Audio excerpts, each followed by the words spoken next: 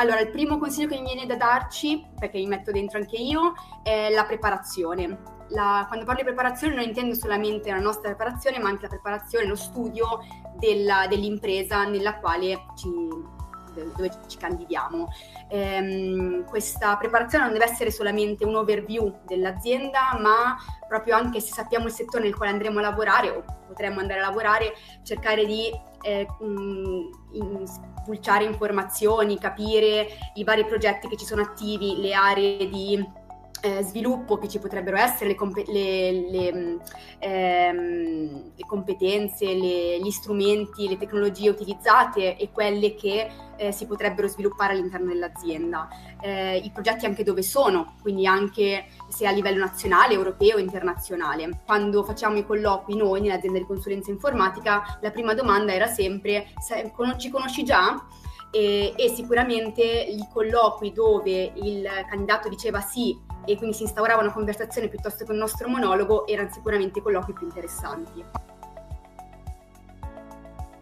Un'altra preparazione è la nostra preparazione invece, quindi riflettere sulla posizione lavorativa, quindi leggere di nuovo la job offer e cercare di capire quali sono i punti di contatto, anche i punti nei quali non siamo così preparati ma nei quali siamo disposti a crescere e a migliorare, e mettere giù per punti la nostra esperienza lavorativa, comunque i punti che vogliamo toccare durante il colloquio. Ovviamente le esperienze devono essere raccontate sempre in ottica dell'azienda, tenendo in mente l'azienda e la posizione per la quale ci siamo candidati. Quindi mettere in luce non solo le competenze tecniche, che sicuramente sono fondamentali, ma mi verrebbe anche da dire le competenze relazionali, trasversali, perché come mi dicevano sempre quando in Danimarca, dove ho vissuto, lavorato e studiato per 2 anni e mezzo, non si cerca solamente una persona che faccia un lavoro, ma si cerca anche una persona da inserire in un team, quindi tutte le competenze trasversali e relazionali sono fondamentali. Viene sempre chiesto, almeno noi chiedevamo sempre: hai delle domande? Ecco, è molto importante avere preparato delle domande. Queste domande possono essere quanto dura il processo di selezione, oppure per esempio a me interessano molto le lingue, le culture diverse, quindi io chiedo sempre se c'è la possibilità anche di parlare lingue diverse durante il mio lavoro, di entrare in contatto con persone di culture differenti, se il progetto è su scala nazionale, europea, internazionale, quindi sia domande su delle tecnologie particolari, quindi sono diversi tipi, quante persone ha fatto il team, però ecco, prepararsi delle domande sicuramente è fondamentale.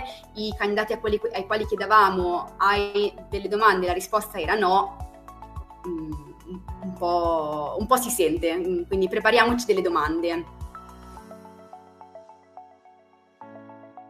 Quindi dopo una parte iniziale sull'azienda, una parte iniziale sulla presentazione di sé, delle proprie competenze, come strutturavamo poi noi il colloquio? Si facevano delle domande più tecniche per cercare di capire, un po' approfondire delle competenze, sia tecniche che relazionali, trasversali, linguistiche, motivazione, interesse. Altre domande che ci potrebbero essere sono domande per esempio sui punti di forza e punti di miglioramento. Quindi se ci viene chiesto quali punti di miglioramento ci sono, mai dire non lo so, dimostrare che c'è stata una riflessione su di noi. Se il colloquio online, perché mi è successo, prima di tutto setting neutro, possibilmente, e poi mi è successo che entrasse per sbaglio una persona durante il colloquio. Non so, reagiamo in modo tranquillo: scusami, guarda che sono a fare un colloquio, perché anche questi imprevisti fanno capire chi siamo. Dire che la sincerità è la cosa che premia sicuramente durante un colloquio, non farsi vedere né il migliore del mondo in qualcosa, né che non si hanno competenze, non si hanno esperienze, perché oggettivamente questo non è vero. Anche se non si hanno ancora esperienze lavorative, si hanno delle competenze formative e tutto quello che ci sta all'interno dell'esperienza formativa. Se vengono fatte le domande, possiamo prendere esempi, ed è molto importante prendere esempi perché è molto più diretto che dire io sono bravo. Metterò concretamente, far vedere un esempio che mette in luce delle competenze. Quindi per esempio a me all'inizio della mia esperienza lavorativa, quando mi chiedevano come sei in gruppo, prendevo spunto da come erano i gruppi di studio all'università. Tendenzialmente nelle job offer ci sono un sacco di requisiti richiesti. Raramente avremo tutte le competenze chieste nell'annuncio e questo va benissimo, questo non deve essere qualcosa che ci impedisce di candidarci.